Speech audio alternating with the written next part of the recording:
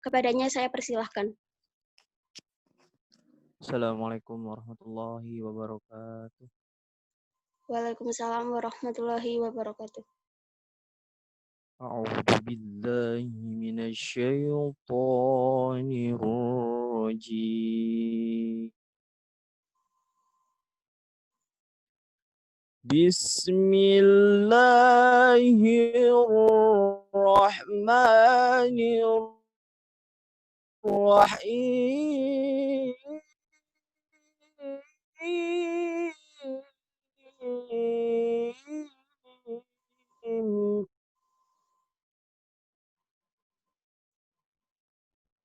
Ya ayyuhalladzina amanu idza nudiya lis-salati min yaumil jumu'ah إذا نودي للصلاة من يوم الجمعة فاسعوا إلى ذكر الله وذروا البيع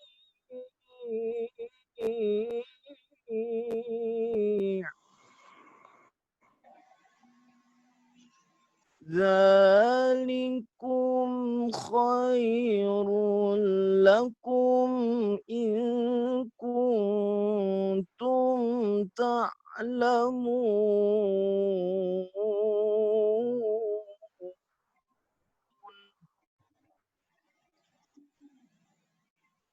فإذا قضيت الصلاة فانتشروا في الأرض وابتغوا من فضل الله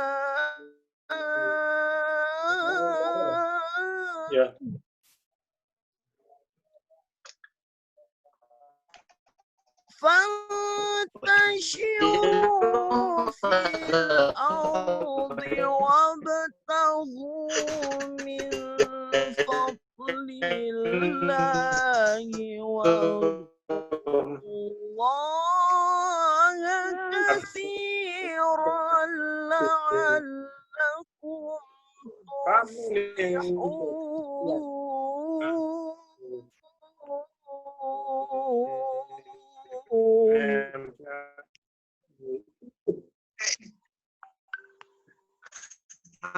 إذا رأوا تجارة أو لهوا انفضوا إليها وتركوك قائما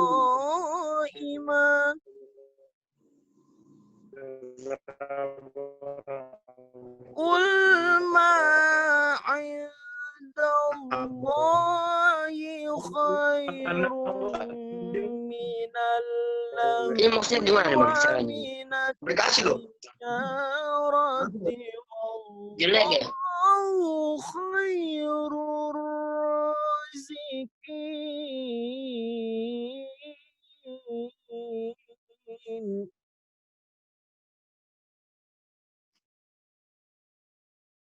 والله خير الرازقين.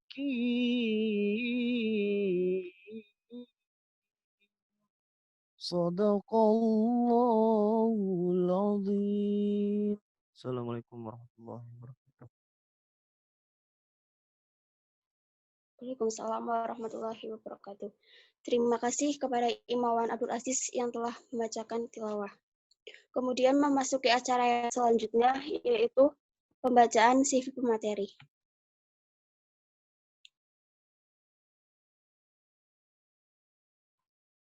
Sebentar.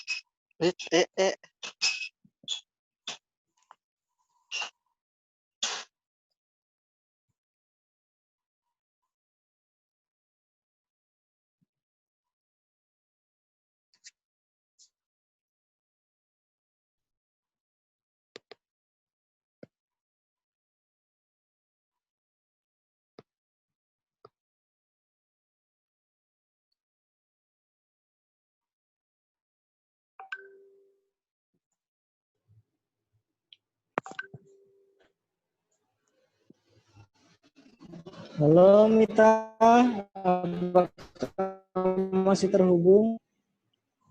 Iya masih. Ini nggak bisa nampilin PDF-nya ya? Oh ya udah. Oh ya udah, dibacakan dulu aja. Ya ini.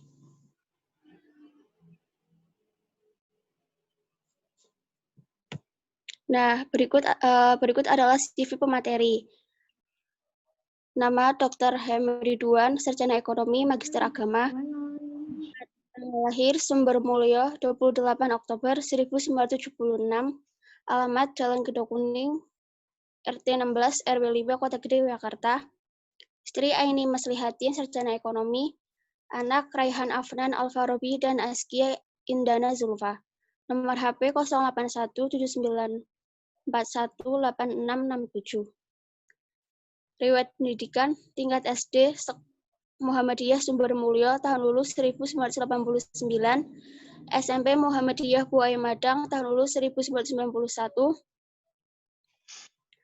SMU Muhammadiyah Aku Timur tahun lulus 1994, SBI Jakarta jurusan manajemen tahun lulus 2000, S2 Sunan Kalijaga Yogyakarta jurusan keuangan dan perbankan syariah tahun lulus 2006, S3 UII Yogyakarta jurusan ekonomi Islam tahun lulus 2019, kemudian non formal yaitu Ponpes Al-Falah Oku Timur Sumatera Selatan tahun lulus 1900 sampai dengan 1994.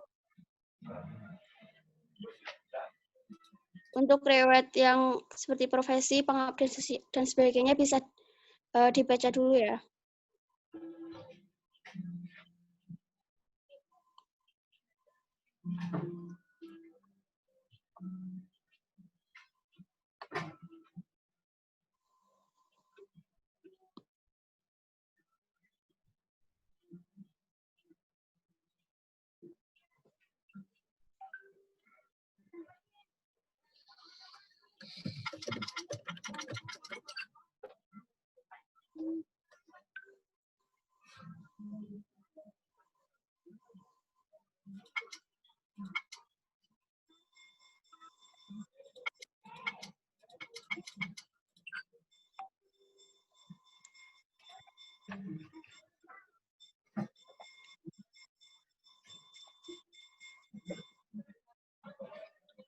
Mungkin cukup ya untuk CV pemateri.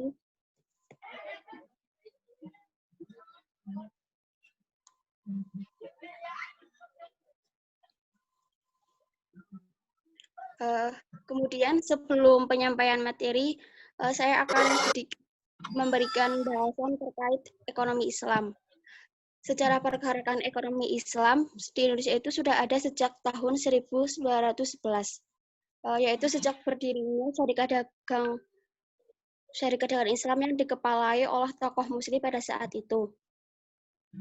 Bahkan jika kita menarik sejarah ke belakang, jauh sebelum tahun 1911, peran dan kiprah umat Islam dalam dunia perdagangan cukup besar.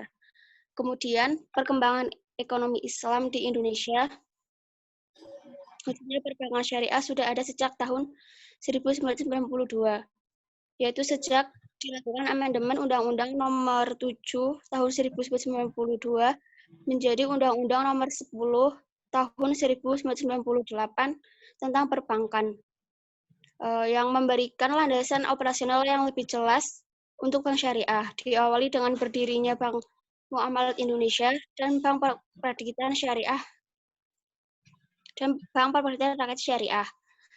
Kemudian kira-kira ada tantangan ekonomi Islam di Indonesia di era perkembangan ekonomi global saat ini dan bagaimana penyelesaiannya? Nah, untuk mengetahui jawaban berikut, akan dijelaskan oleh Dr. Ridwan, Sarjana Ekonomi Magister Agama. Kemudian langsung saja untuk mempersingkat waktu, langsung untuk pembahasan ya kepada Dr. Ridwan, saya persilahkan.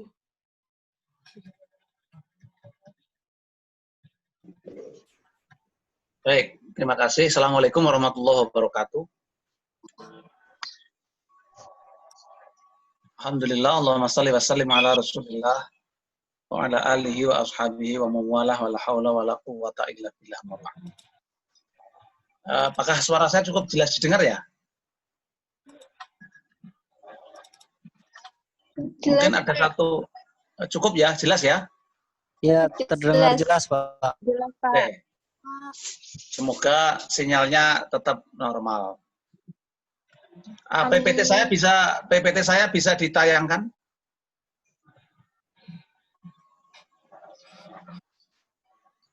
Atau saya sendiri?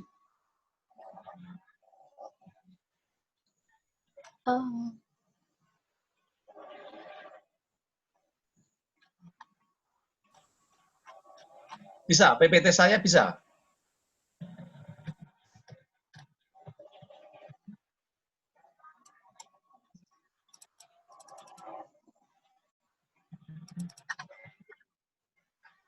Soalnya saya tidak bisa menayangkan dari sini. Ini ada yang kelihatannya diatur oleh hostnya ini. Nah, sip. Baik, saya mulai ya. Alhamdulillah, terima kasih atas kesempatan malam hari ini kita bisa sharing, berbagi dengan kawan-kawan sekalian, mudah-mudahan ada manfaatnya. Nanti coba kita perbanyak forumnya yang diskusi saja. Saya sekedar pemantik saja ya dari diskusi kita pada malam hari ini. Temanya menurut saya cukup menarik ya. Tantangan ekonomi Islam di tengah komunitas Muslim. Ini sengaja saya buat begitu karena ada data yang paradoks. Orang sering mencibir kita karena Muslim kita dominan, mayoritas, tapi justru ekonomi Islam tidak bisa tumbuh di Indonesia yang.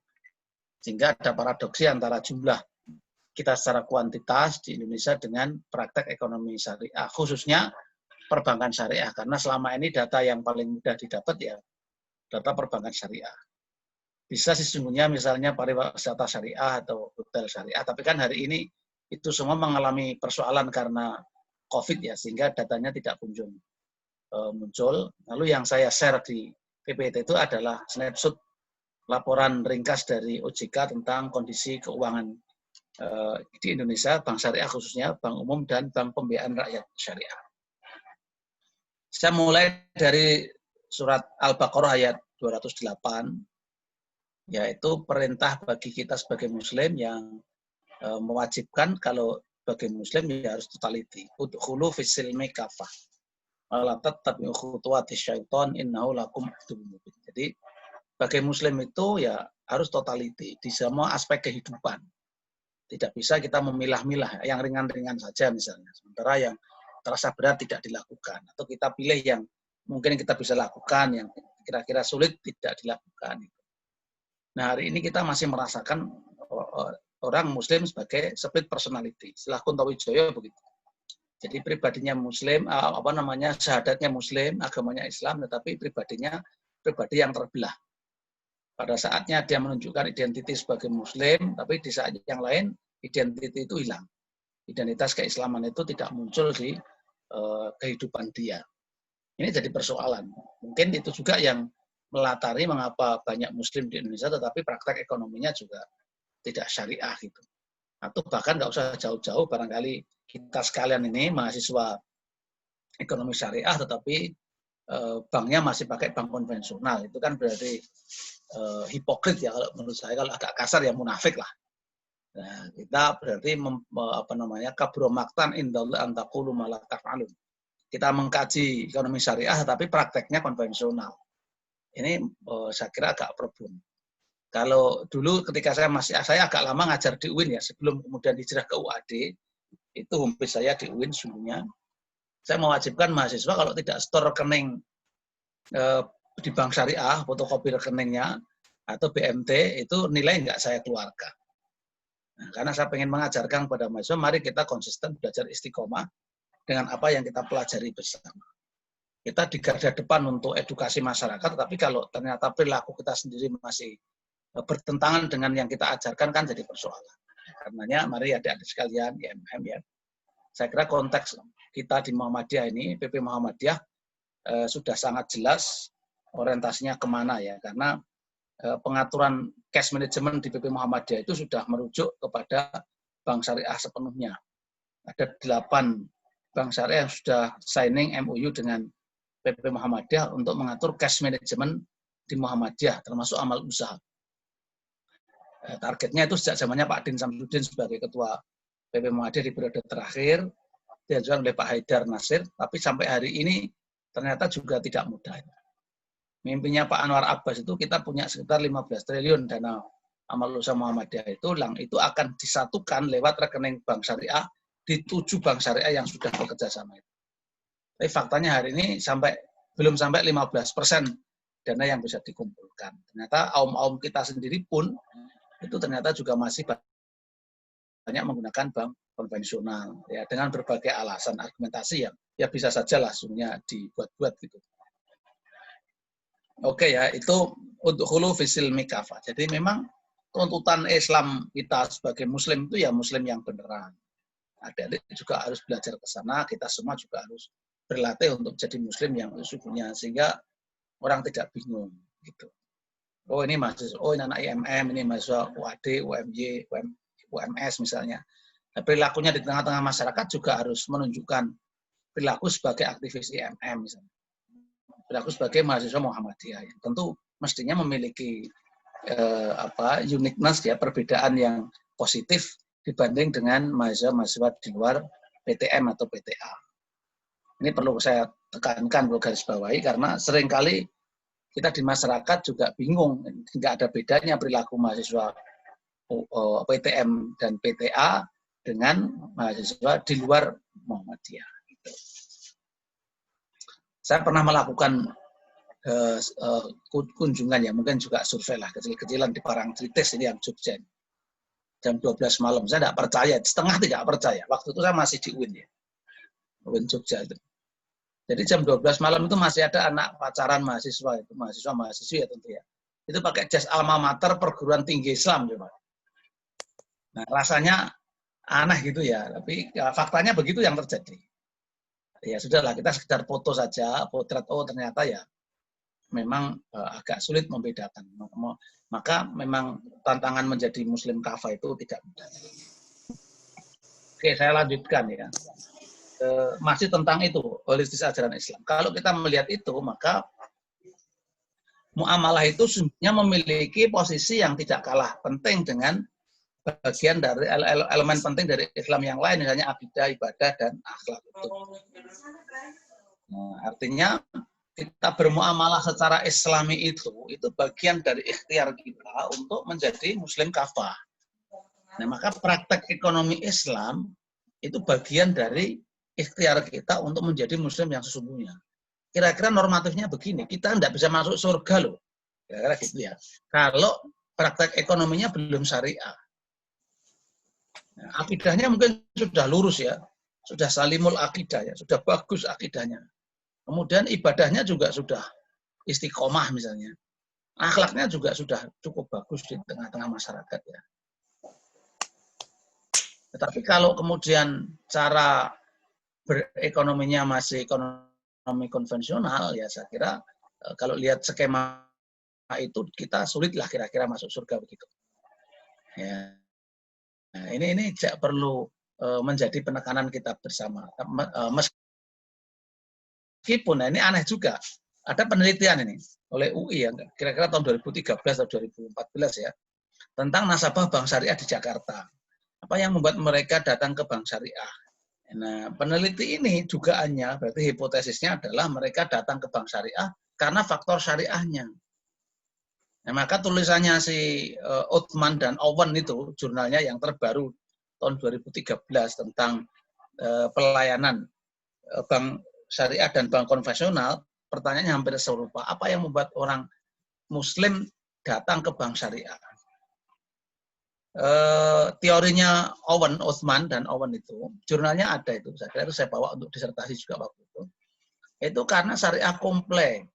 Syariah komple itu menempati posisi teratas. Sehingga sebagai muslim harusnya itu jadi pilihan utama.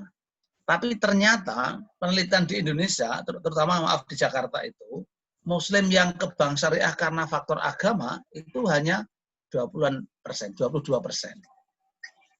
Nah, berarti selebihnya itu karena faktor pelayanan, faktor teknologi, faktor bagi hasil yang lebih besar dari yang lain gitu. Jadi lebih rasional daripada emosional.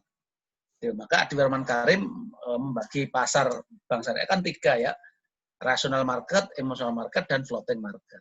Ternyata yang rasional market, pasar yang rasional itu jauh lebih menonjol dibanding pasar yang emosional. Nah, ini sehingga hipotesis itu tidak terjawab.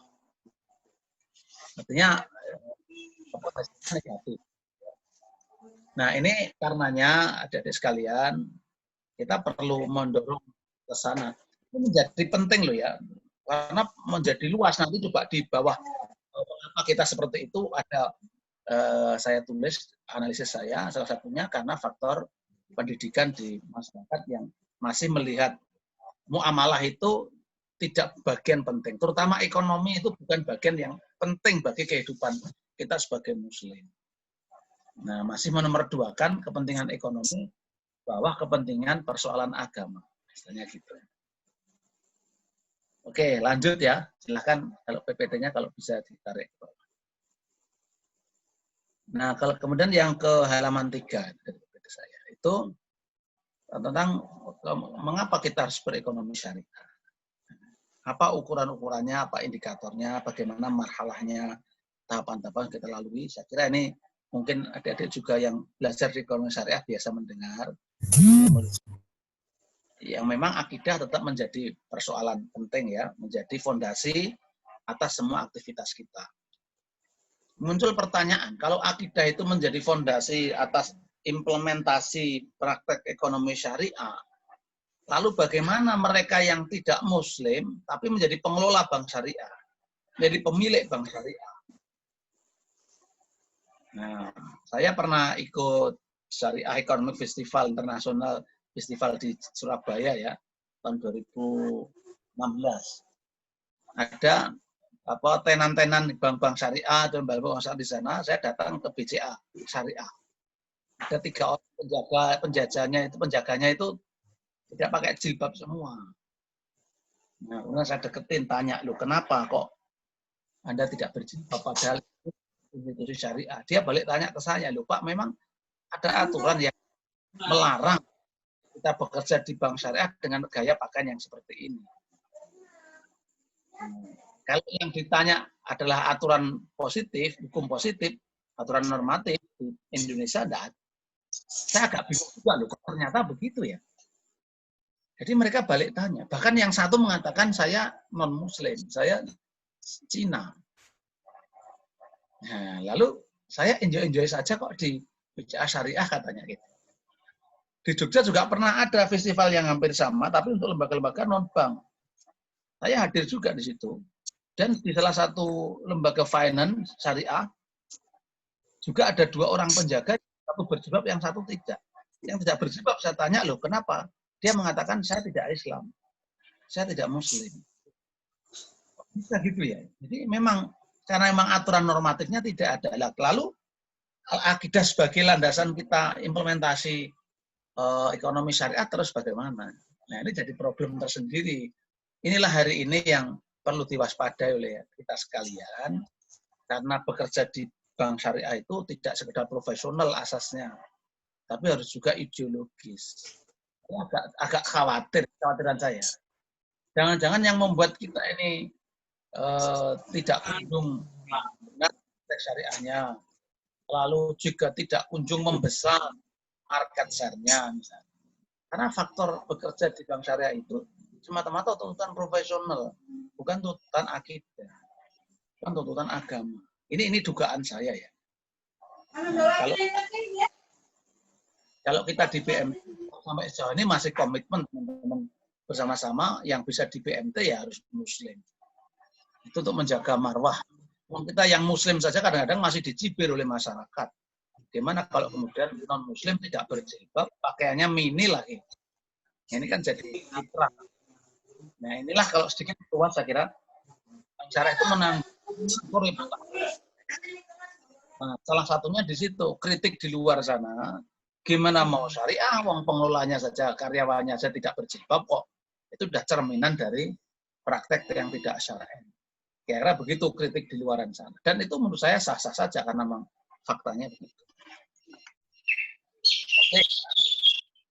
Yang lain silakan nanti dibaca saja. Kemudian kita ke halaman berikutnya. Kaidah usuliyah.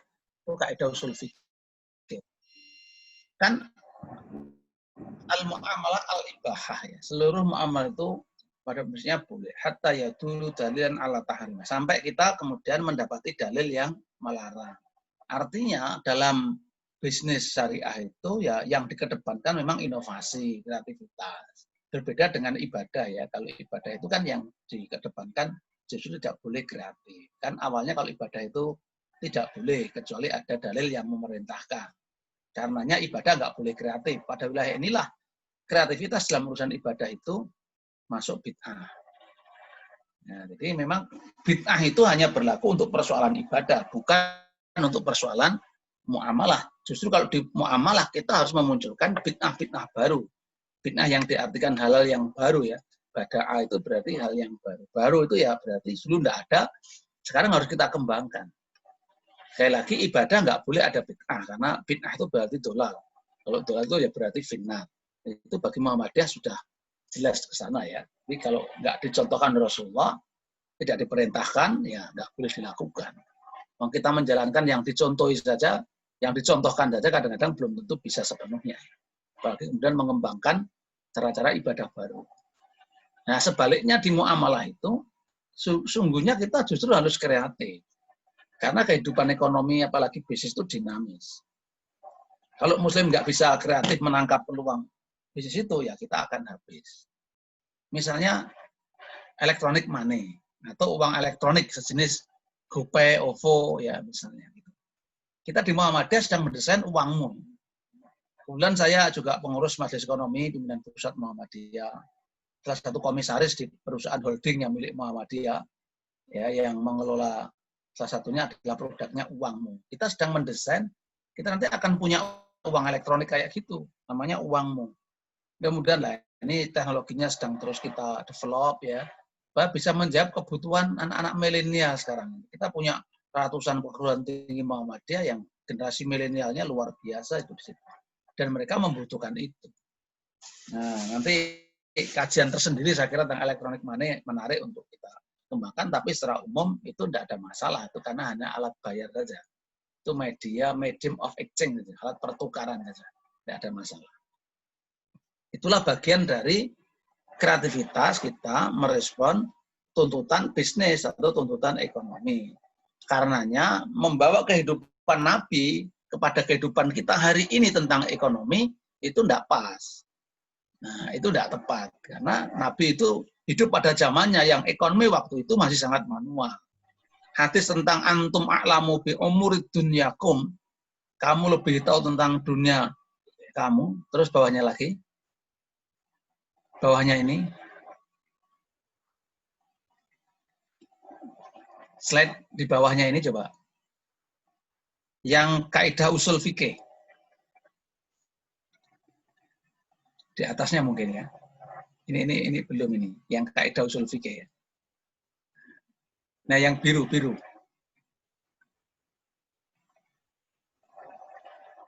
Yang bloknya biru. Di bawahnya ini.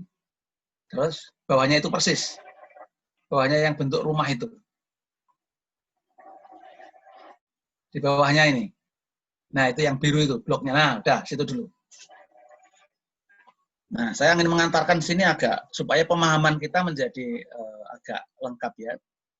Jadi hadis tentang antum a'lamu bi umurid dunyakum, antum lebih tahu tentang duniamu itu menjawab persoalan kekinian, menjawab persoalan dinamika ekonomi yang terjadi pada waktu itu terjadi tentang soal pertanian ya, di mana Rasulullah menegur seorang petani kurma yang Kemudian petani itu bertanya Rasulullah itu wahyu atau ra'yu. Jadi pendapat Rasul atau wahyu. Ternyata itulah pendapat Rasulullah. Kemudian dijelaskan oleh sang petani itu dan akhirnya Rasulullah membenarkan. Antum a'lamu bi umurid dunyakum. Kamu lebih tahu tentang dunia. Artinya muamalah itu memang harus dinamis karena tuntutan perkembangan zaman mengendaki ke arah sana. Sehingga kalau kita mengembangkan ekonomi, mengembangkan bisnis, usaha, kalau tidak kreatif, tidak inovatif, ya kan? Kreativitas dan inovasi kita tidak boleh melanggar larangan Allah dan larangan Rasulullah SAW. Ini underline-nya di situ, catatannya di situ. Di kreativitas kita yang kita bangun itu jangan sampai menabrak larangan-larangan Allah dan Rasulnya. Oke, PPT di bawahnya, silakan. Apa saja yang dilarang? Nah, ini yang prinsipnya dulu ya, prinsip ekonomi Islam. Saya kira ini sudah biasa. Ta'awun birri wat taqwa, itu tidak sekedar dimaknai seperti sekarang pada umumnya memaknai menolong orang lain, memberi, bukan. Jadi menjalankan bisnis syar'i itu harus bisa membuat orang lain itu menikmati kebahagiaan. Maksudnya ya. Jadi berbisnis itu misal itu bukan hanya untuk kita, bukan hanya untuk pemilik. Berbisnis itu adalah untuk kepentingan orang lain. Maka prinsip dalam Islam itu di dalam setiap harta kita melekat hartanya orang, wa fi amalim haqqul lisa'ili wal mahrum. Jadi kalau kita menjalankan bisnis, itu tujuannya bukan semata-mata keuntungan dalam bentuk materi. Apalagi tadi kalau di falsafah ekonomi Islam kita lihat tujuannya adalah falah, keuntungan dunia dan akhirat. Jadi itu bagian kita menuju keuntungan atau kebahagiaan hakiki dunia dan akhirat. Maka harus ta'awun di sana. Tidak boleh mendolimi orang lain, tidak boleh lalu bisnis kita sampai menghalalkan segala cara misalnya. Atau mematikan kompetitor kita. Yang kedua, menghindari dana menganggur atau ikhtina. Gini maksudnya. Kalau kita lihat ya misalnya Anda punya dana-dana menganggur, misalnya punya simpanan, itu kalau kita nabung di bank umum dan kemudian indikator kebermanfaatan dana atau perputaran dana adalah FDR yang syariah, mungkin yang ekonomi paham itu, financing to deposit ratio, kita bisa ukur di sana berapa FDR-nya. OJK menetapkan minimal 80%. Kalau konvensional LDR ya, loan to deposit ratio. Kalau ada bank FDR-nya di bawah 80%, padahal faktanya sekarang itu yang terjadi. Itu berarti Anda nyimpan di bank umum itu dananya nganggur. Yang jadi masalah bukan soal nganggurnya. Ketika kemudian dana itu diputar tidak pada fungsi yang sesungguhnya dari bank. Bank itu kan fungsinya menarik dana masyarakat, kemudian melemparkan kembali ke masyarakat dalam bentuk pembiayaan untuk meningkatkan kesejahteraan hidup. Tapi ketika ada dana masuk ke bank itu dan tidak diputar kembali ke masyarakat, tetapi diputar untuk bisnis pemiliknya, bermain di pasar sekunder, pasar saham, itu bertentangan dengan prinsip menghindari ikhtina itu. Karena faktanya banyak masyarakat yang kemudian tidak mendapatkan hak untuk dapat pembiayaan gara-gara dana banknya dilempar untuk kepentingan yang lain. Nah, yang ketiga prinsip distribusi. Khudhu min aghniyaihim wa turraddu min fuqaraihim. Zakat itu diambil dari orang kaya dan diberikan orang miskin di sekitar orang kaya. Jadi itulah makanya kenapa Rasulullah mengatakan tidak beriman di antara kamu ketika kita kaya, sementara ada tetangga yang miskin. Tidak bisa tidur karena kelaparan. Itu maksudnya bahwa kita kaya ini harus bisa membuat orang di sekitar kita menjadi kaya. Kalau prinsip ini bisa ditumbuhkan luar biasa. Kita kaya misalnya, kita bisa membuat satu orang kaya di sekitar kita. Itu luar biasa. Satu orang kaya mau tambah lagi. Jadi ada multiplier effect dari keberadaan kita. Itulah anfa'uhum linnas itu di situ. Kita memberi manfaat bagi kehidupan orang lain.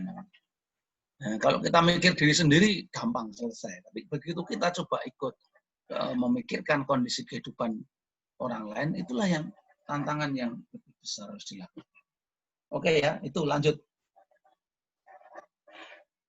Mbak lanjut. Nah, ini yang harus dihindari. Saya kira biasalah ya. Jadi maisir, horor, tadlis, riba, ikhtikar, zulmun. Coba kita fokus ke riba ya, karena biasanya disitulah sering pangkal diskusi kita. Belum selesai juga sesungguhnya ya. Apakah bunga bank itu masuk kategori riba atau tidak gitu. Ini hari-hari ini karena proses relaksasi itu di OJK kita dipertaruhkan yang syariah itu. Karena bank-bank besar itu relaksasinya kan macamnya ada 3 ya. Ada satu membayar bunganya saja, yang kedua bayar pokoknya saja, yang ketiga bayar dua-duanya tapi waktunya diperpanjang. Nah, kalau bunga, bayar bunganya saja bisa. Karena memang bunga sudah dipastikan di depan. Ketika syariah, lalu bagaimana? Relaksasi yang dilakukan ketika akad mudharabah dan musyarakah. Ini kondisi yang sangat dilema betul. Dalam situasi yang sangat sulit seperti saat ini, itu kan bank butuh darah segar dalam bentuk perputaran uang yang relatif stabil dan aman ya. Kalau orang yang pinjam nggak bisa bayar, itu berarti aliran uang masuknya menjadi tersendat. Nah, ini juga jadi problem di risiko likuiditas. Masalahnya adalah, kalau kita nggak dapat pendapatan karena usahanya nasabah atau mudharib itu bermasalah, terus bank syariah mau hidup dari mana? Karena bagi hasil itu tidak mungkin membayar bagi hasil mudharibnya kalau usahanya tidak berkembang atau kena COVID kayak gini kan pada tutup itu usahanya. Terus bagaimana itu? Ini perlu diteliti lebih lanjut nih kawan-kawan yang mau skripsi, saya kira bisa melihat itu ya, misalnya implementasi syariah dalam relaksasi pembiayaan. Studi kasus di bank syariah mana. Itu saya kira kalau berani melihat itu keren itu. Tapi tidak tahu bank syariah mana yang mau diteliti sampai sedetail itu. Kelihatannya agak rumit ya. Gitu. Yang lain silahkan dibaca. Lanjut aja. Nah, ini yang saya tadi sebut paradoknya. Kita ini ya kira-kira 80% gitu. Tapi market share kita hanya sekitar 6%. Jadi kan aneh kan?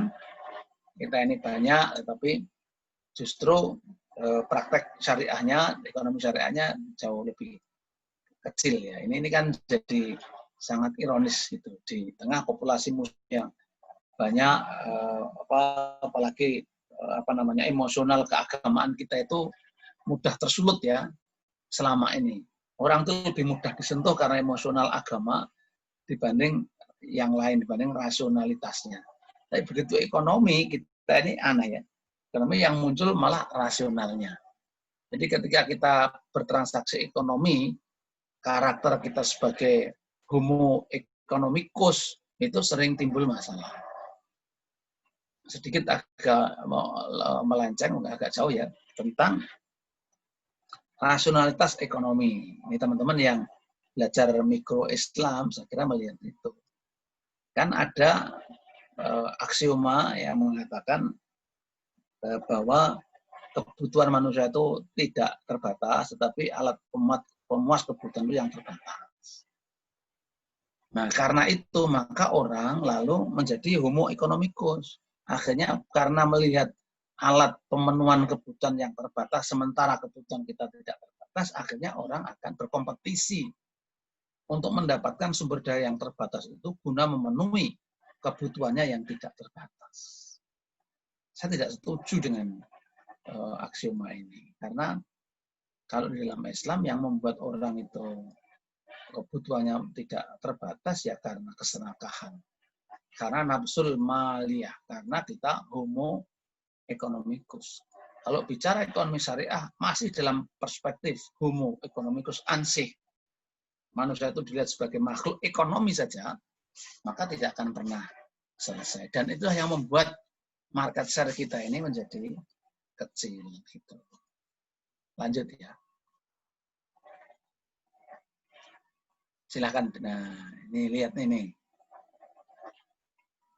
Jadi kan kalau kita lihat kan kecil sekali ya.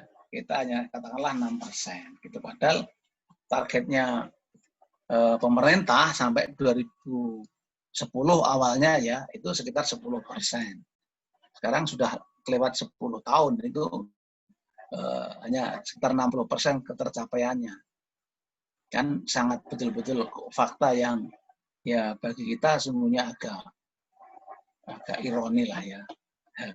Itu pun ikhtiar untuk meningkatkan market share itu kadang-kadang oleh sebagian kawan-kawan kita mendapat kritikan tajam itu. Misalnya diperbolehkannya dual banking system. Itu bank konvensional membuka unit syariah, UUS itu, unit usaha syariah. Misalnya tadi kayak BCA syariah, Panin syariah gitu. Pertanyaannya lah, lalu duitnya kan kantong kanan, kantong kiri berarti. Bagaimana kesyariahannya? Belum lagi pemiliknya kan berarti juga tidak muslim semuanya. Nah, ketika dikejar tentang itu, maka OJK menjawabnya tujuan kita itu untuk segera mungkin meningkatkan market share. Untuk meningkatkan volume usaha syariah itu. Kita pengen mempercepat proses itu sehingga dibukalah dual banking system kayak di Malaysia. Atau bisa office channeling misalnya sekedar kayak gitu.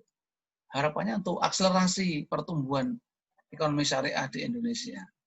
Tapi sudah dengan cara liberal ya menurut saya sudah sangat liberal begitu pun nggak tumbuh juga pasar kita ini. Ini bertengger dari dulu 6% ya naik turun kayak gitu. Belum lagi kita bicara problem loh. Artinya masalah yang dihadapi oleh bank syariah di dalam itu kayak apa. Saya ingat betul waktu itu diskusi di Jakarta dengan pemilik salah satu UUS ya. Ya memang dia non-muslim dan mohon saya sebut Cina ya. Di banknya itu ada fraud yang melakukan muslim. Dia bertanyanya menurut saya sangat menggelitik itu, mendasar sekali loh. Katanya beliau ini, ternyata muslim dan kerja di bank syariah kok masih bisa fraud ya. Masih bisa melakukan penggelapan. Coba. Kita mau jawab apa kan kayak gitu.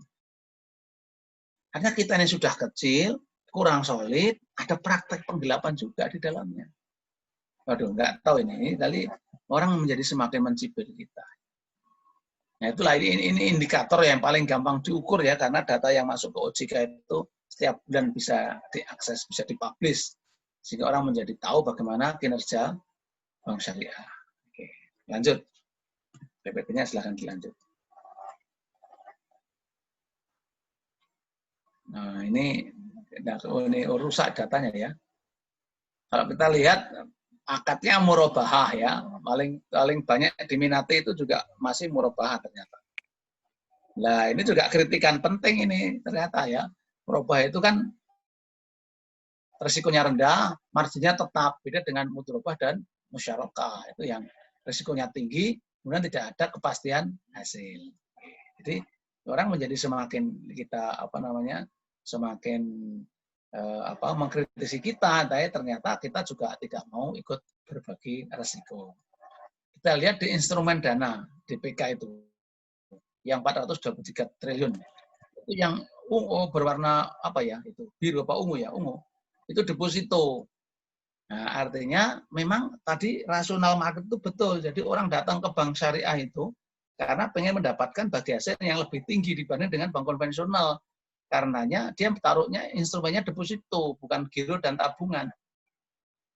Jika dia ke syariah itu bukan karena faktor syariah, karena faktor ingin mendapatkan bagi hasil yang lebih tinggi. Oke, lanjut.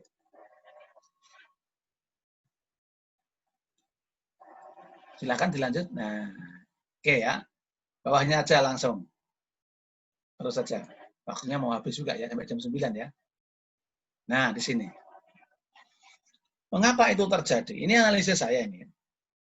sudah kita ini hanya 6%, 6% juga ada masalah, praktek yang dijalankan juga belum sepenuhnya ideal gitu ya. Ya meskipun banyak orang yang mengatakan ya ini lumrah ya, wajar-wajar saja. Karena sebagai muslim, untuk menjadi muslim kafah misalnya juga perlu proses yang tidak mudah, ya, perlu waktu yang panjang juga. Oke lah kalau itu. Tapi kita lihat dari sini. Karena dari faktor ideologis. Pertama, pemaknaan ibadah yang sempit. Tadi yang saya sebut di awal tadi, bahwa ekonomi itu dianggap bukan kebutuhan pokok. Ya, ekonomi itu dianggap ya kepentingan kelas 2 atau kelas 3 bahkan dibanding dengan kepentingan kita belajar agama. Jadi dulu doktrinnya kan belajar agama itu fardhu ain, tapi belajar selain agama fardhu kifayah. Nah, sehingga perhatian kita menjadi kurang karena kifayah itu kalau sudah ada orang lain yang melakukan, kan kita nggak kena dosa. Kewajiban kita sudah selesai. Seperti misalnya jenazah itu. Ya, kalau sudah ada orang yang memandikan, mengkafani, mensolatkan, ya, menguburkan, ya sudah selesai yang lain. Nah, ketika ekonomi itu tertanam dalam jiwa kita seperti itu, maka kita akan ikut-ikutan akhirnya terbawa ke sana. Oh, ya sudah, ternyata sudah ada yang kaya, saya nggak kaya, nggak apa-apa. Gitu ya. Sudah ada yang mikirkan, saya nggak usah ikut berpikir, nggak apa-apa. Kan problem. Belum lagi soal keyakinan keharaman riba. Memang masih debatable sampai hari ini ya.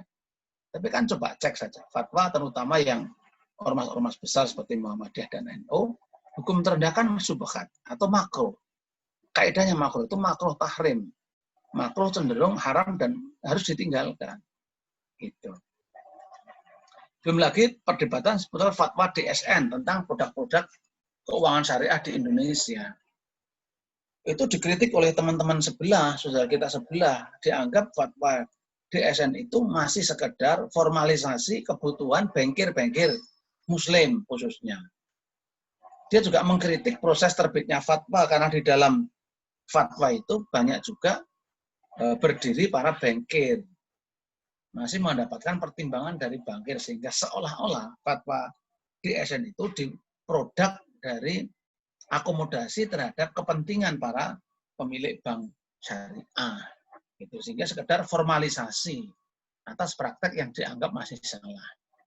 Ya monggo lah perdebatan tentang itu. Tapi bahwa fatwa DSN MUI itu menjadi rujukan utama dan satu-satunya menurut saya iya. Karena itu sudah menjadi ijtihad kolektif, ijtihad jama'i.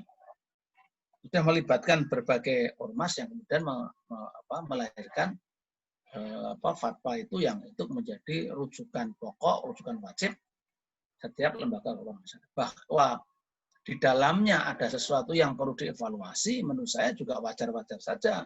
Karena memang kehidupan ekonomi itu bersifat sangat dinamis tadi. Oke, ini ya. Satu. Yang kedua adalah sosiologis. Praktek terbaik belum kelihatan. Nah ini, kalau ditanya, bank syariah mana yang sudah ideal? Ideal itu standarnya apa? Kalau kita sepakat standarnya adalah maqasidus syariah, maka ukurannya adalah maqasid indeks. Jadi melihat praktek bank syariah dengan maqasid indeks. Hifduddin, hifdul mal, hifdul nasal, hifdul nafas, hifdul aql. Apakah bank syariah sudah menunjukkan kelima-limanya tadi? Bisa menjaga kelima tujuan utama diterapkannya syariah. Nah, sampai sejauh ini, kita sulit untuk mendapatkan data praktek yang paling ideal bank syariah yang mana. Karena masyarakat kan cenderung wait and see. Nunggu lihat, mau ikut lihat. Gitu. Nah, kalau itu tidak kunjung ada, kita tidak kunjung mendapatkan best practices dalam implementasi syariah, khususnya maqasidus syariah, orang menjadi semakin meragukan kita. Ditambah kegagalan bank syariah, adanya fraud, dan seterusnya. Adanya bank syariah pertama di Indonesia itu yang kemarin juga kita baca, kita dengar juga dirundung masalah yang belum kelar juga misalnya. Gitu. Terus tadi saya singgung juga perilaku sosial banker muslim yang tidak berjilbab, misalnya kurang memasyarakat, tidak peduli sosial. Ada saja perilaku-perilaku yang kayak gitu. Ya saya pernah tinggal satu di daerah saya pernah tinggal salah satu kepala bank syariah ya di Yogyakarta itu. Ya dia mau ke masjid mau ya jamaah mau, tapi begitu kehidupan sosial ya tidak pernah terlibat. Orang menjadi loh kok begini, ini bank syariah itu yang harusnya kayak apa sih gitu. Berikutnya adalah persoalan metodologis itu. Lemahnya edukasi dan sosialisasi. Coba Anda lihat. Siapa yang berani mengkhutbahkan ekonomi Islam itu di setiap mimbar-mimbar Jumat? Kan jarang kita dengar. Siapa yang bisa mengangkat isu tentang ekonomi syariah ini menjadi tema-tema pengajian akbar? Coba, kalau tulisan banyak, jurnalnya banyak luar biasa, tapi konsumsi siapa jurnal itu? Masyarakat publik enggak juga. Jurnal itu hanya konsumsi kita, konsumsi komunitas yang mengaku dirinya aktual, mengaku saja, padahal menurut saya biasa-biasa saja. Nah, jadi yang terpenting kan sesungguhnya bagaimana mengedukasi ekonomi masyarakat itu tentang ekonomi syariah ini. Dan itu belum banyak dilakukan, maka menjadi tugas kita untuk melakukan itu semua. Kemudian kesalahan model pengajaran fikih muamalah tadi, yang saya singgung tentang ideologis tadi, bahwa ekonomi itu tidak terlalu penting dibanding dengan yang lain misalnya. Kayak gitu. Nah, ini kan membuat kita, generasi kita, anak-anak kita nanti misalnya ya, itu juga menjadi menomorduakan kepentingan ekonomi di atas kepentingan agama yang lain. Nah, kemudian ketidaksinkronan konsep dan aplikasi. Jadi desain dan desolen itu tidak ketemu. Seringkali ya nanti adik-adik yang masih belajar tuh. Dah begitu belajar kan idealis semua itu. Ya, luar biasa. Dan memang harus begitu. Anda harus punya idealisme tinggi ya. Ya kalau melihat ada sesuatu yang tidak beres ya harus dituntut, ya, demo. Ya itu kehidupan mahasiswa. Dulu saya juga lama jadi demonstran ya kayak Anda gitu, tapi tidak anarkis lah, insya Allah. Ya ikut prestasinya ya ikut menurunkan Soeharto gitu aja. Nah jadi kadang-kadang kita dihadapkan pada situasi kok konsepnya nggak bisa jalan gitu, atau yang jalan kok ternyata tidak sinkron dengan konsep yang sudah ada. Nah gitu. Ini pertanyaannya yang salah yang mana? Yang salah siapa? Ya. Oke lanjut. Nah, ini. Atau faktor ini yang menonjol. Yang kaya, yang miskin hanya sedikit. Bikin itu kan butuh modal besar, Mas. Bikin BPRS saja butuh modal besar. Tidak punya modal besar ya akhirnya nggak berkembang BPRS. Kebetulan saya ketua asosiasi BPRS milik Muhammadiyah. Itu juga banyak BPRS kita di daerah itu tidak tumbuh. Salah satu faktor pentingnya karena nggak punya modal. Jadi mendirikan bisa, dan waktu mendirikan dulu modalnya kecil. Begitu suruh nambah modal, ya nggak kuat lagi kita. Ya bagaimana mau tumbuh BPRS-nya? Ya nggak bisa. Akhirnya UAD harus terpaksa ikut nyuntik modal BPRS milik PDM di mana itu ya, di Sumatera Barat sana ada. Gitu. Nah ini kan jadi kalau harus terus begitu kan repot. Karena kita nggak punya duit. Nah kemarin rame, Bukopin dijual ke bank mana ya? Bank Korea ya, diambil oleh Korea. Itu dulu banknya milik koperasi. Waktu reformasi itu, bank kemudian diminta untuk nambah modal minimal 1 triliun. Koperasi-koperasi suruh iuran dana 1 triliun untuk membeli kembali Bukopin. Ya enggak bisa, koperasi enggak punya uang. Ya, akhirnya oleh pemerintah dijual lah grupnya Busowa itu. Sekarang Bukopin dibeli akhirnya oleh bank di Korea. Ya, karena kita nggak bisa nambah modal. Bisnis bank itu padat modal. Jadi perlu modal yang besar. Ya, kalau nggak punya modal uang besar ya nggak bisa bikin bank. Akhirnya yang bikin kan non-muslim itu. Nah jangan-jangan itu kita ini miskin. Tapi idealismenya tinggi sekali. Nah, terus gimana? Anda punya idealisme tinggi tapi nggak mau jadi pengusaha, ya nggak punya uang. Akhirnya dirikan bank ya nggak bisa, ya dituntut untuk lebih islami, maka berdirilah UUS, ya Office Channeling, ya. Akhirnya kan orang mengkritik kembali. Nah, gitu ya, karenanya ya Anda harus bangun ekonomi jadi orang kaya supaya bisa mendirikan bank syariah. Sudah kita ini miskin, konsumtif lagi. Nggak tahu ini mana lebih dulu ya. Yang membuat kita miskin tuh karena kita konsumtif kali ya, bener ya. Atau karena orang miskin ya, jadi malah konsumtif itu ya, nggak bisa saving. Ya monggo lah orang produktif misalnya. Coba. Memang ya konsumsi itu salah satu penentu perputaran ekonomi. Nah, jadi ekonomi Indonesia itu tumbuh salah satunya karena di-generate atau di-leverage oleh kebutuhan konsumtif yang tinggi itu. Kalau Anda lihat tadi di catatan OJK tentang snapshot bank syariah itu juga banyak membiayai yang bersifat konsumtif. Karena produktivitas kita masih rendah sehingga masih ke konsumtif. Oke, berikutnya tentang politis ini. Kebijakan setengah hati dari pemerintah. Kan kita mendorong di IJMI itu misalnya, kalau pemerintah mau serius mempercepat akselerasi market share bank syariah itu, tolong deh, satu saja dari bank BUMN itu jadikan syariah semua. Nah, dikonversilah, misalnya BRI, yang sudah punya aset lebih dari 1.000 triliun. Nah, ketika BRI itu dirubah menjadi syariah, misalnya, itu market share kita bisa hampir 30-40%. 30% lah. Itu udah kayak Malaysia ya, kita hampir sama dengan Malaysia. Kalau ada mau serius pemerintah.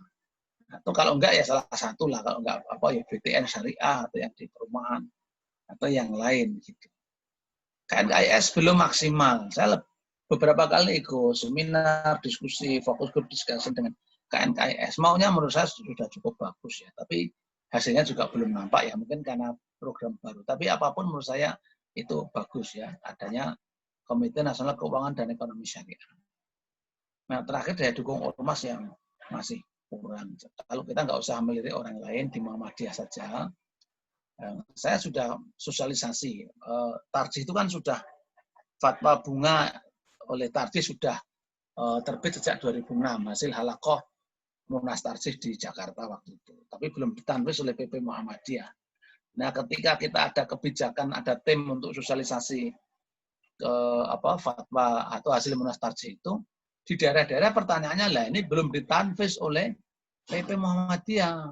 Artinya belum ada kebijakan yang mengikat kepada struktur Muhammadiyah di bawah untuk menjalankan ini. Ya kan aneh. Nah, dari perspektif organisasi mungkin iya, tapi kan ini soal agama. Nah, menurut saya itu karena memang tidak serius. Ormas itu nggak serius masuk ke sana. Nggak usah bicara NU misalnya. Mungkin saya nggak tahu ya. Belum sampai ke sana kali ya. Oke, lanjut. Terakhir kita habis lihat ya. Lagi cukup ya.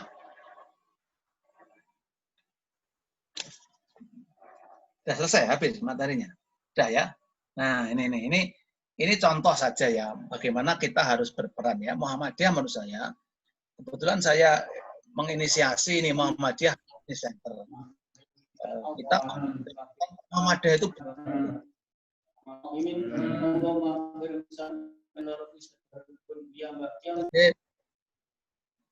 pilar ketiga ekonomi itu sudah dirumuskan di Muktamar Makassar ya. Saya kira saya sangat setuju itu karena memang dan sekarang ini Muhammadiyah sudah mendirikan holding company PT induk besar di Muhammadiyah dan saya memulai di Jogja apa yang bisa saya mulai misalnya saya mendirikan Muhammadiyah Business Center di Wates arah ke bandara yang baru komplek tanah wakaf Muhammadiyah ya kira-kira sekitar hampir 1 hektar lah itu. Itu nanti ada komplek kantor PDM, gedung dakwah, masjid besar, dan pusat bisnis Muhammadiyah di situ. Yang bisa menjadi rest area, food court, dan seterusnya. ATM center. Nah, banyak nanti insya Allah itu akan, mudah-mudahan ini akan segera selesai, finishing, sudah kita lakukan. Kemudian peran perguruan tinggi Muhammadiyah, ya kayak inilah, kalian semua ini pejuang-pejuang menurut saya yang luar biasa, terus pupuk saja idealismenya. Ya, harus Wis kok angkat meja. Yang terpenting adalah regenerasi. Siapa yang akan melanjutkan? Ya Anda semua. Anda harus segera mungkin bertransformasi agak serius ya. Dulu saya memulai mendirikan BMT itu sejak semester 4. Sudah memulai. Anda sekarang akan memulai dari mana? Gitu ya. Silahkan. Oke, saya kira begitu. Terima kasih. Soalnya mohon maaf. Assalamualaikum warahmatullahi wabarakatuh. Waalaikumsalam warahmatullahi wabarakatuh. Terima kasih kepada Bapak Ridwan atas penyampaian materi terkait tantangan ekonomi syariah di Indonesia. Kemudian selanjutnya memasuki sesi tanya jawab atau diskusi. Kepada para peserta yang ingin menanyakan terkait materi, bisa menggunakan fitur mikrofon atau menulis di chat ya.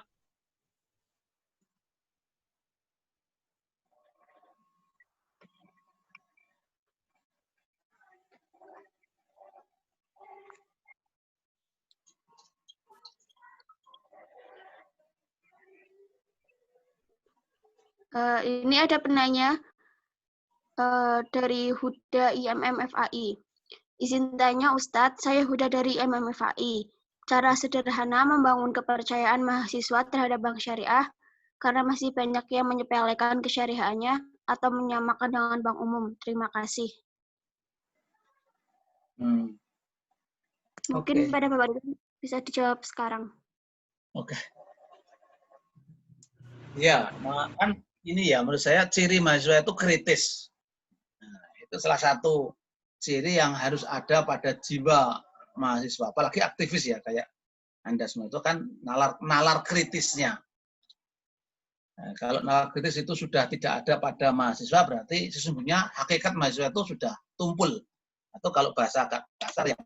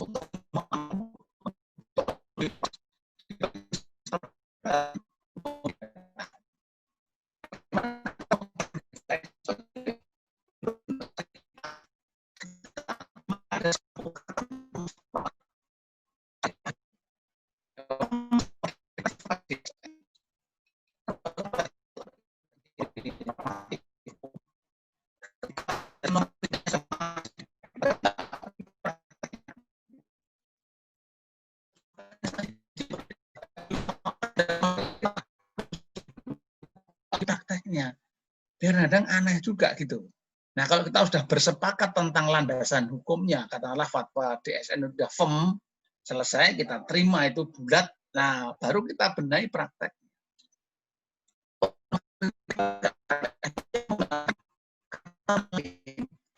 Ya, akhirnya nggak ketemu. Misalnya, karena dia tidak puas dengan fatwa DSN, akhirnya dia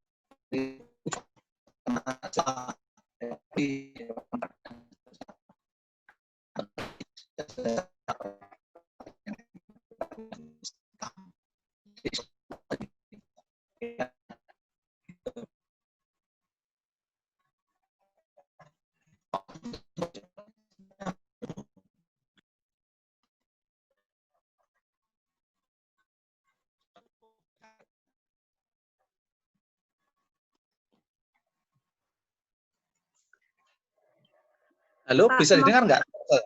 Putus-putus. Ya, tadi putus-putus, Pak. Sekarang terdengar. Dengar ya, saya coba agak mendekat sini. Oke, Pak. Oke ya, jadi itu satu. Lalu, apakah fatwa dari Muhammadiyah terkait bunga bank konvensional, mengapa masih banyak orang yang merasa dirinya orang Muhammadiyah tapi lebih memilih menabung di bank konvensional?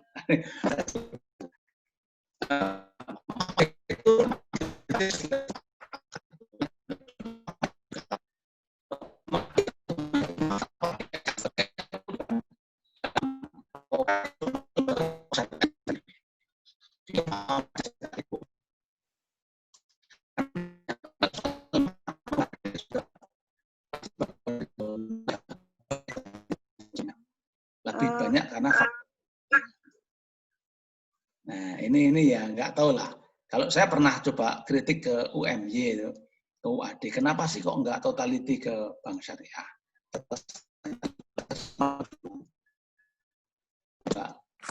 Tidak mudah itu persoalannya.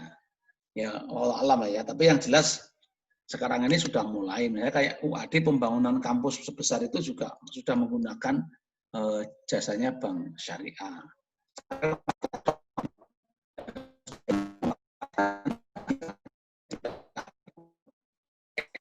Syariah itu gitu. Lagi tidak mudah itu, tidak mudah.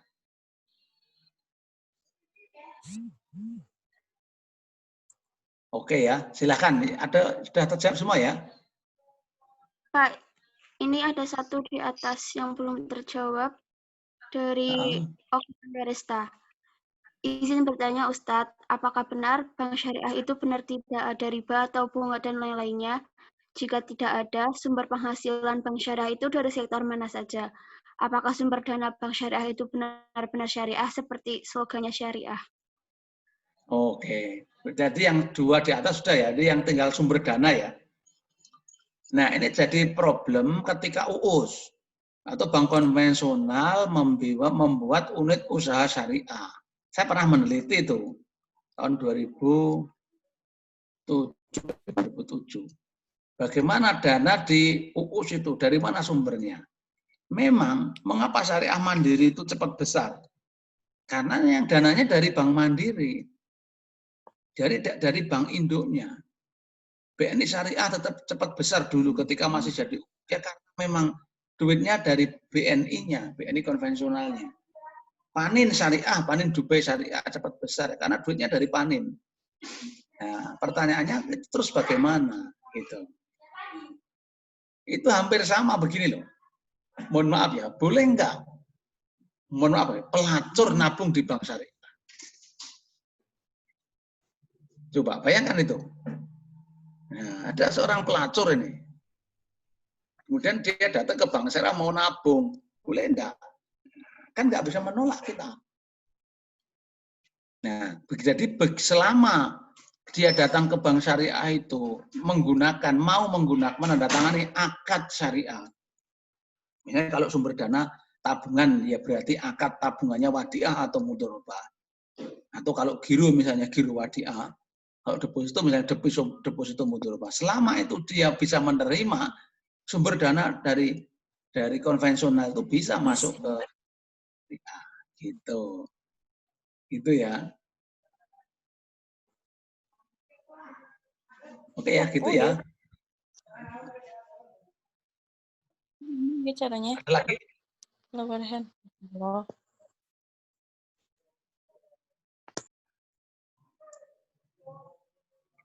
Masih ada? Silakan.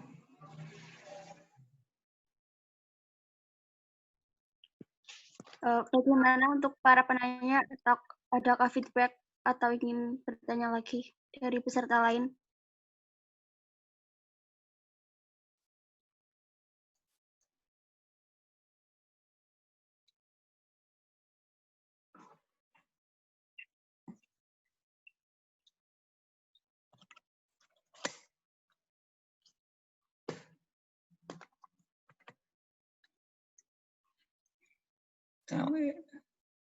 Masih ada? Cukup?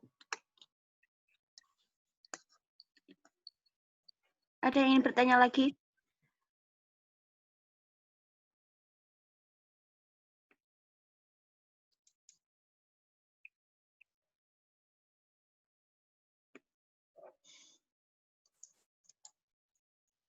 Kalau dirasa cukup ya alhamdulillah ya.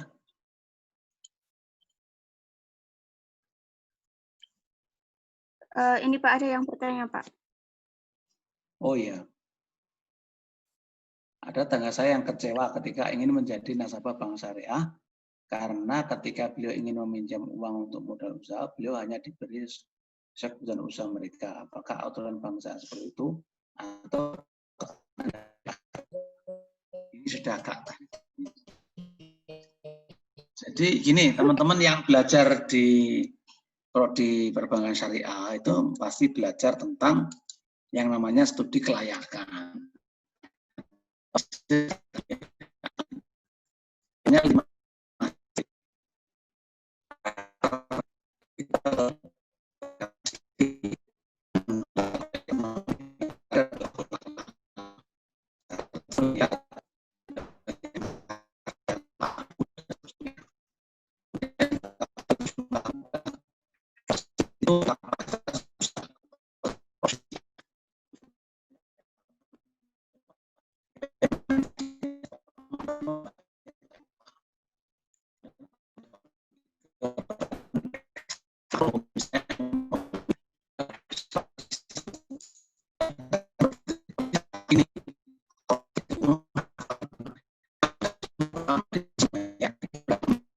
baru pada nasabahnya ya, karena faktor kondisi of economic gitu yang seperti saat ini kita lalui bersama itu. Lalu kalau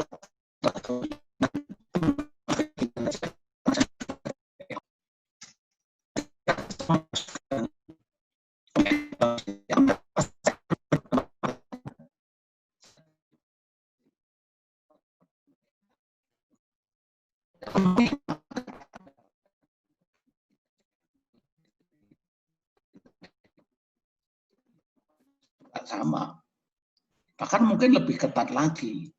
Nah, orang kan kadang-kadang salah persepsi, seolah-olah kalau bank syariah itu ya harus lebih mudah.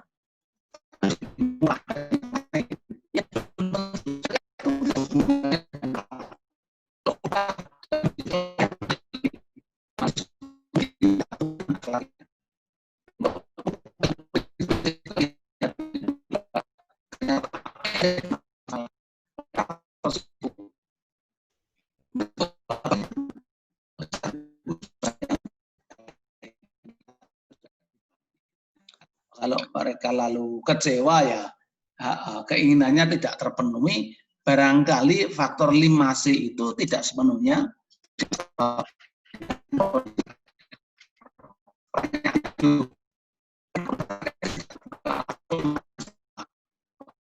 ini tidak sepenuhnya harus dibuka karena itu menyangkut rahasia analisis yang ada di perbankan. Jadi belum tentu semua hasil analisis itu.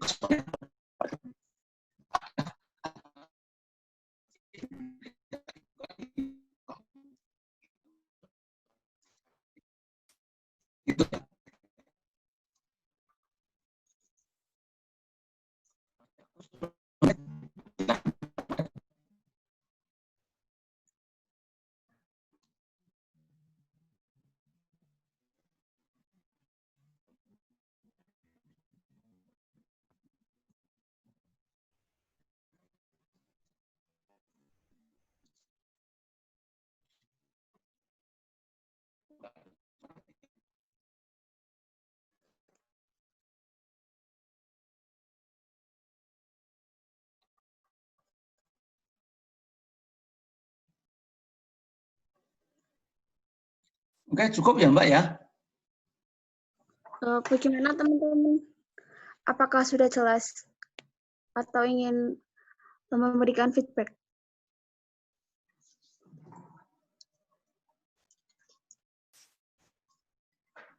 Kalau masih ada silakan.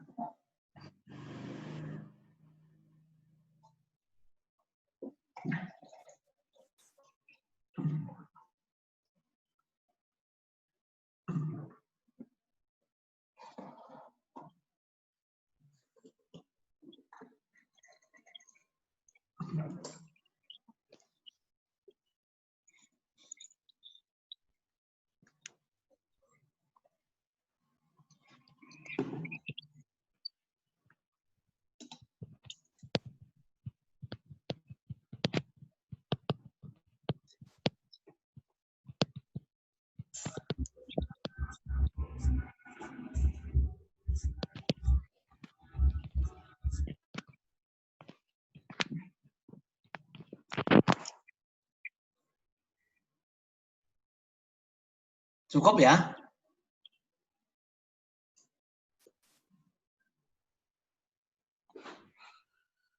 Gimana teman-teman, cukup? Iya, Pak. Cukup, Pak. Oke, baik. Sudah malam juga ya. Saya kira begitu, saudara moderator ya. Terima Iya, Pak. kasih. Pertanyaan saya mohon maaf, semoga ada manfaatnya. Assalamualaikum warahmatullahi wabarakatuh. Waalaikumsalam warahmatullahi wabarakatuh. Terima kasih kepada Bapak Ridwan yang telah menyampaikan materinya.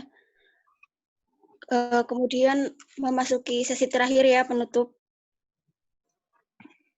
Mari kita tutup acara diskusi pada malam hari ini dengan bacaan hamdalah bersama-sama. Alhamdulillah. Alhamdulillahirrahmanirrahim. Mohon maaf dari saya selaku moderator apabila selama memandu diskusi banyak kekurangan. Semoga apa yang telah disampaikan oleh Bapak Ridwan bisa menjadi ilmu yang bermanfaat untuk kita semua. Akhir kata, billahi fisabilil haq, fastabilul khairat. Wassalamualaikum warahmatullahi wabarakatuh. Waalaikumsalam warahmatullahi wabarakatuh. Wabarakatuh.